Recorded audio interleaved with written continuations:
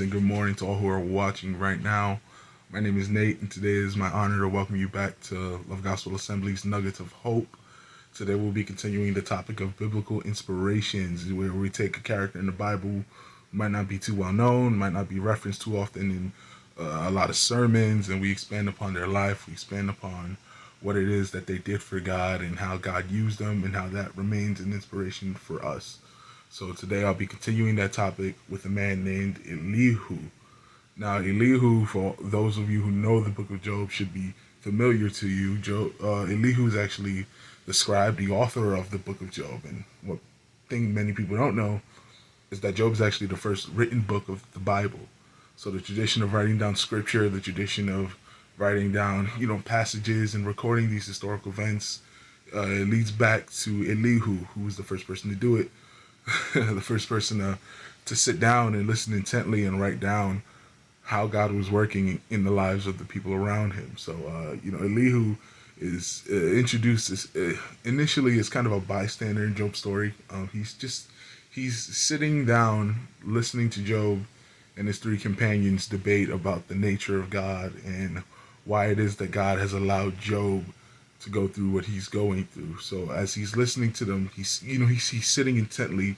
He writes down a good 20, 29, 28 chapters worth of dialogue just between Job and the three men, of rebuttals, of inferences, and of just their assumptions about the nature of God. And Job, like arguing about his own righteousness and why he doesn't deserve to go through what he's going through, and his friends slinging their accusations at him. Eventually, towards chapter 32, we see that Elihu gets upset. He's been sitting there, he's been writing everything that these guys have been saying for the last 28 chapters, for who knows how long they've been talking, and he decides that he's heard enough. He decides that what they're saying is not representative of the God that he personally knows, and he speaks up. He interjects in the 32nd chapter, actually introduces himself in verse 6. He says, "So Elihu, son of Barakel the Buzite, said, I am young in years." He identifies himself as essentially a young adult. So there's that. "I am young in years and you are old. That is why I was fearful, not daring to tell you what I know. I thought age should speak, advanced years should teach wisdom. But it is the spirit in a person, the breath of the Almighty, that gives them understanding. It is not only the old who are wise, not only the aged who understand what is right." So you see, he goes on to correct the men for the next 6 chapters. He has his own 6 chapters of rebuttals, of answers, of challenges, and he refutes the claims that they had been making.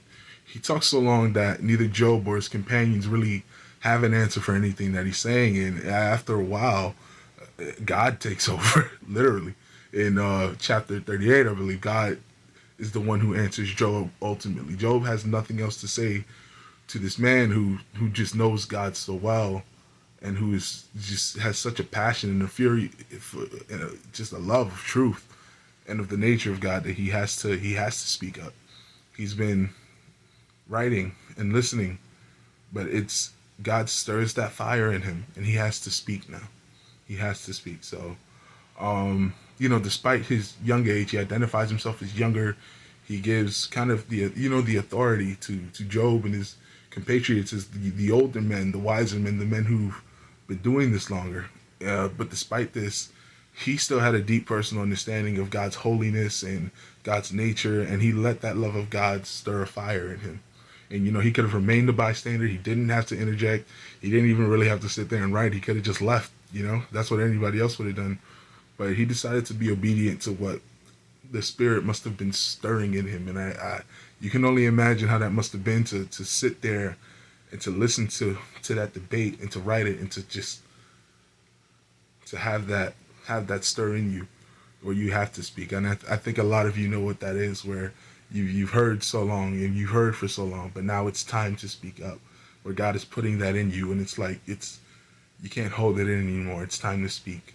It's time to speak, and it's time to go forward in that. And because of his obedience, the kind of the legacy of what he did carries on to today.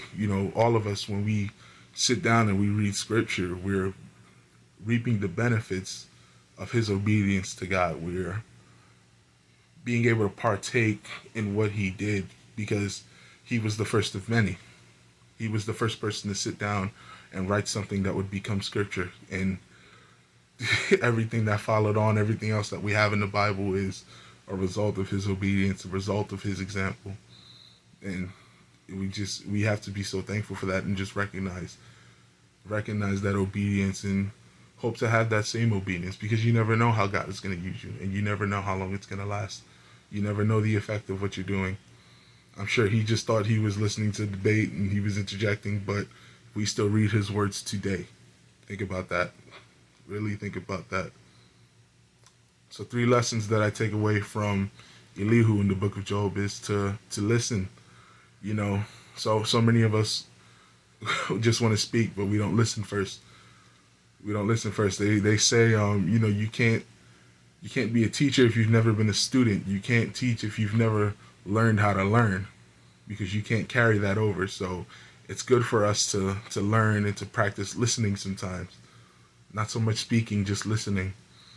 My second lesson is to take note. It's good to write down the things that God whispers to you. And you hold on to them, and you're able to look back at them, and you're able to remember, God told me this. This is what I know of God, because this is what he said to me. This is what I know of God, because this is what I went through with him. And that leads into my third point, which is to know God for yourself. Because when you do, no matter who tries to tell you anything, no matter how old they are, no matter how long they've been doing it, when you know God for yourself, no one else can lead you astray. So with that, I send you off, and I just thank you for listening, and pray that you enjoy the rest of your day. God bless. Thank you for joining us in this week's Nuggets of Hope. We hope you continue to join us, and we hope that you are blessed by each teaching. You can join us on Instagram, Facebook, or YouTube. God bless you.